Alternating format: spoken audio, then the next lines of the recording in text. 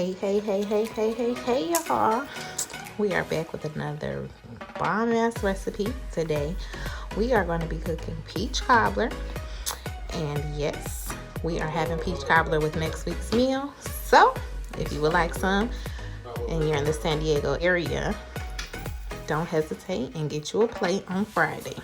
Anywho, what you're going to need is some brown sugar, golden brown sugar, some butter, sliced peaches, and heavy syrup. I don't get it in the juice, I get it in heavy syrup. Ground nutmeg, ground cinnamon, vanilla. You can either get vanilla extract or vanilla flavoring. I choose to use vanilla flavoring for the most part. Pan. You can use cooking spray, cooking oil, whatever to coat your pan, and some pie crust. So we're gonna need all of this to make our wonderful peach cobbler, and let's get started. We're gonna turn the oven to 350 so we can get the oven hot and ready for our peach cobbler. Now we have our peaches in the pot, and we are going to add all of our ingredients together. To be honest with you, peach cobbler is so easy to make. For the sake of this video, I am not measuring anything. If I was making a cookbook, yes, I would measure, but because of this video, listen, do what you want. I'm making the peach cobbler how I would make it, and if you like it with something less or something more, go ahead and put that in there. But for the sake of this video, we're gonna do it how E-Money like it. And so this is the nutmeg. We're gonna go ahead and sprinkle. You don't want too much nutmeg because it can be overpowering. But you also want to add your cinnamon. Now, cinnamon you can go to town with. Some people like a lot of cinnamon, some people like a lot. But this is how I do my peach cobbler. I pretty much do it until I do a fine layer where you can't really see through it. And then we're gonna add our butter, and I usually like put it in clumps or put it in there in chunks. And I did put the stove on about 7 or 8. You want to put it on medium high. So just about a 1/4 cup of butter. That's how I'm doing it, because I got the lines on the butter. You want to get a spoon, and you stir everything up together. Just incorporate everything together. And then you want it to come to a boil. So I might turn the stove up just a little bit so it can come to a boil. Now, if you don't want these too sweet, I actually balance a lot of stuff out with salt. So I am going to put a sprinkle of salt in there as well. Just a sprinkle, literally a sprinkle, okay? A little dab of do-ya. And then I'm gonna let everything bring to a boil. I actually don't think it was enough sugar. It really wasn't that much. So I'm gonna add more. And then also, I feel like granulated white sugar is a lot more sweeter than brown sugar. So I may, depending on how it tastes later, I may add some more. So for the meantime and in between time, we're going to just let this boil up. So as this is boiling down, I like to chop up my peaches with my spoon. So I'm stirring and chopping the peaches at the same time. And you can definitely tell when something is seasoned good if you can smell it. And now, if you can't smell it, 9 times out of 10, you can't taste it either. So that means you need to add more. But you can smell it, like it's very fragrant. So I can smell all the different spices and the different flavorings that I put in here, because that means I put enough. And look at the color. You clearly can see that before I put anything in there, it was see-through. Look at the color. So yes. And then I am a firm believer of tasting your food. Taste your food. Because if you don't like it, how you expect somebody else to like it? Period.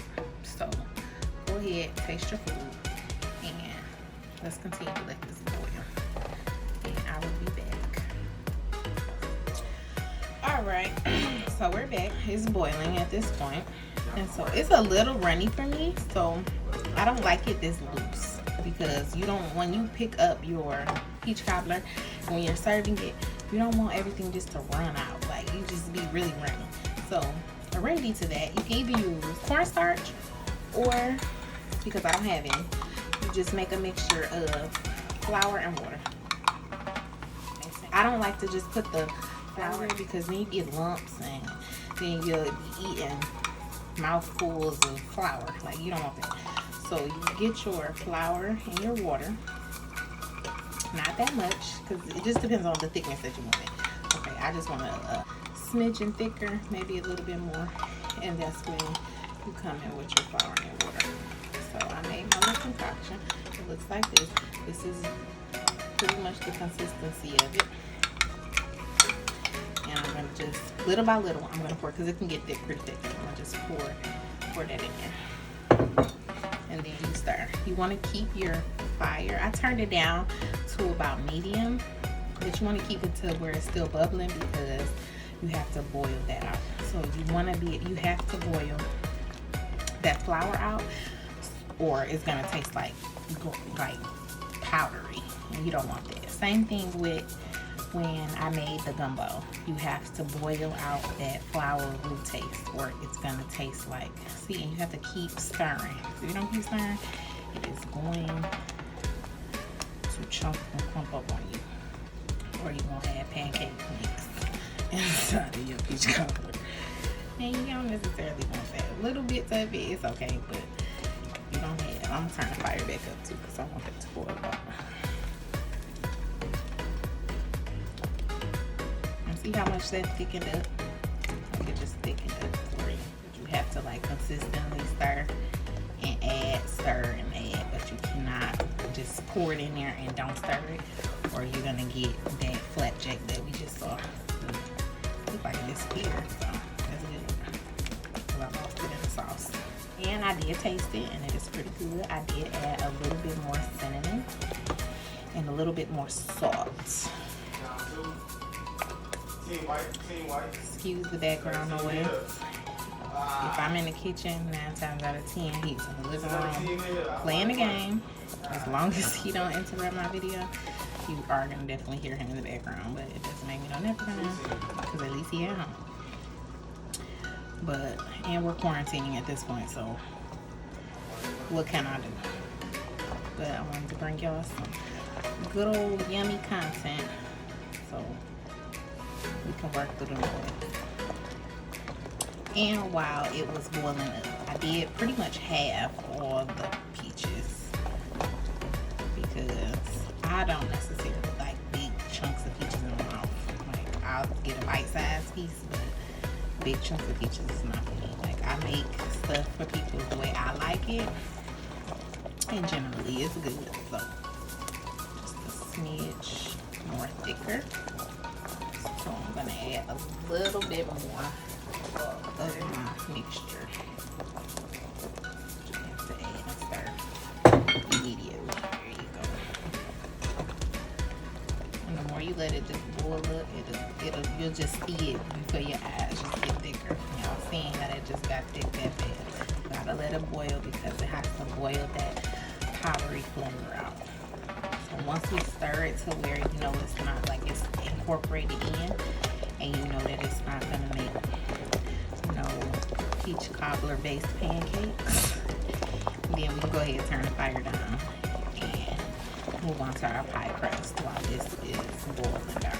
But it smells so good in here, y'all. So I did turn the fire up. Now I'm going to just go ahead and turn it back down. And please be careful, because this stuff will pop. If they get too extra out of control. And then we're gonna move on to our pie crust. Okay, so here is another easy step. Like I said, peach cobbler is super easy to make. It's literally 2 steps. 3 if you count putting the filling inside the pie crust and putting it in the oven. So this is where we get our pie crust ready for our filling. We go ahead and spray them.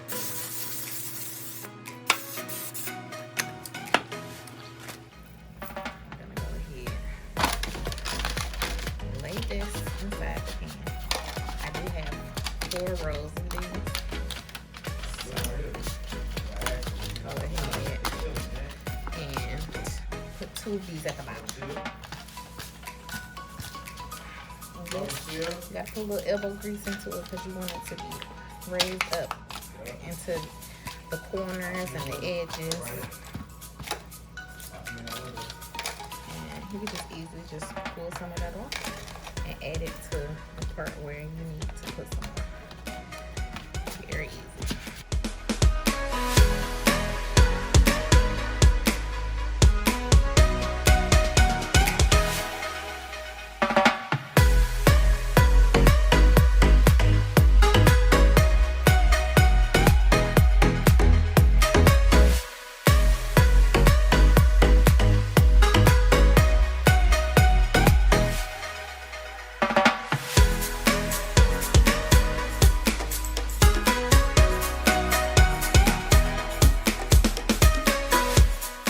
Okay, so now you're gonna get a fork and you're gonna just poke holes very lightly because this is aluminum pan, so you're gonna poke holes all the way to the pan. But you're gonna poke holes all the way through.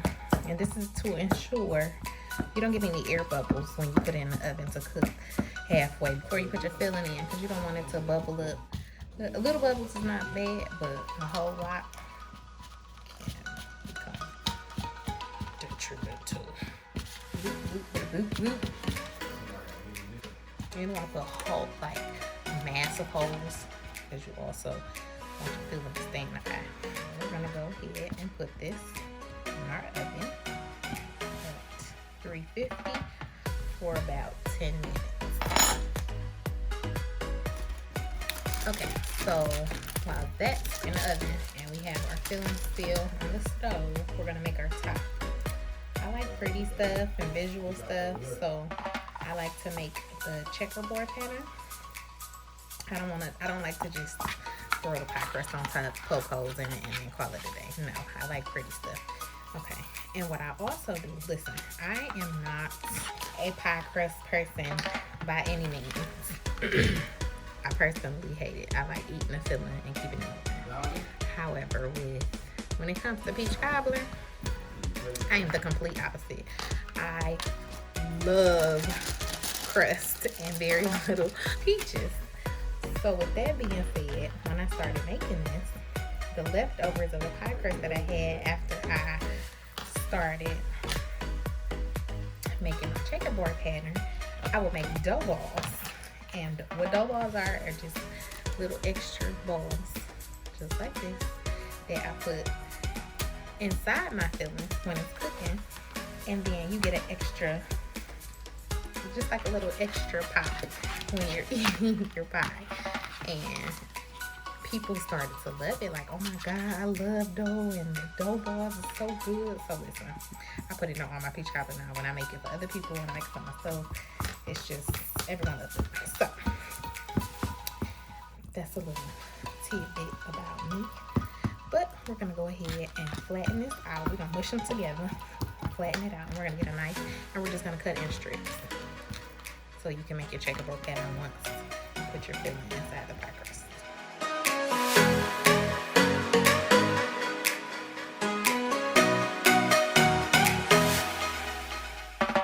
And you can also take little pieces if it's too thin in the area, or if it's not long enough or something, you can always just improvise and try as hard as you can to make a rectangle, but just not too thin, not too thick.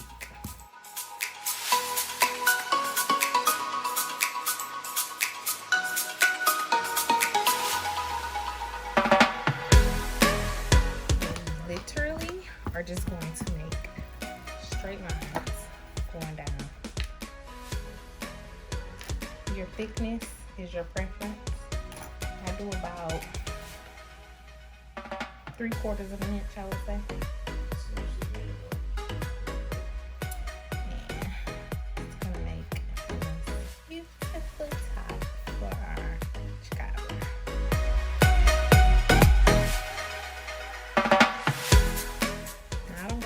little bored with my dough balls, but I do put enough in there where you notice it. But let me tell you, it's the bomb.com. I don't care what nobody says. And like I said, this is how I make it. And if y'all make it a different way, by all means, do you, boo-boo. But people happen to like the way I make it, so that's why I'm sharing it with you guys.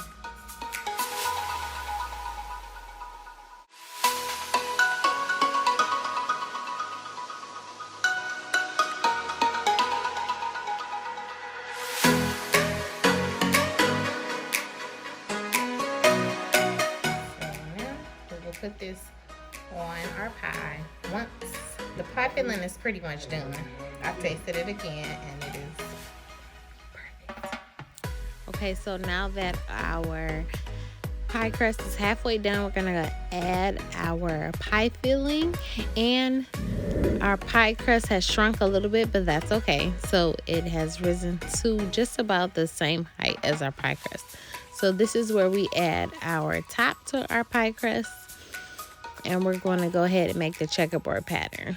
Now, during this time, this is where we also make our dough balls. So, as you're making the checkerboard pattern, you're going to pull off the excess pie crust, and this is where you have the extra to make your dough balls. And then once you're finished with your checkerboard pattern, you go ahead and make your dough balls, roll them in a ball, and you just stick them in the holes that you see.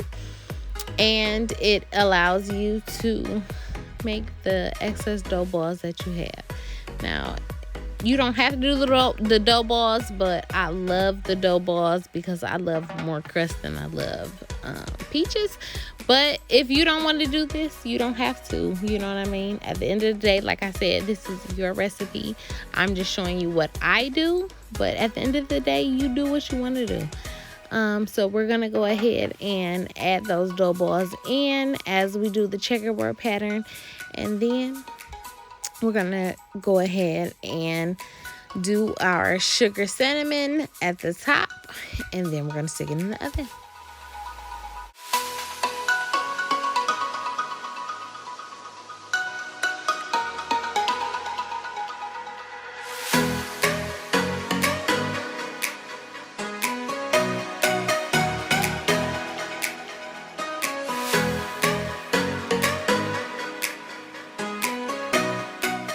Okay, so this is where we add our cinnamon sugar on top to make it nice and pretty, and then we put it in the oven. Some people go ahead and put in the cinnamon sugar, they mix it together and then add it on top, but ain't nobody got time for that. So I go ahead and just add the cinnamon, and then I add the sugar and put it on top, and then we go ahead and stick it in the oven for about 30 to 45 minutes until the top gets golden brown.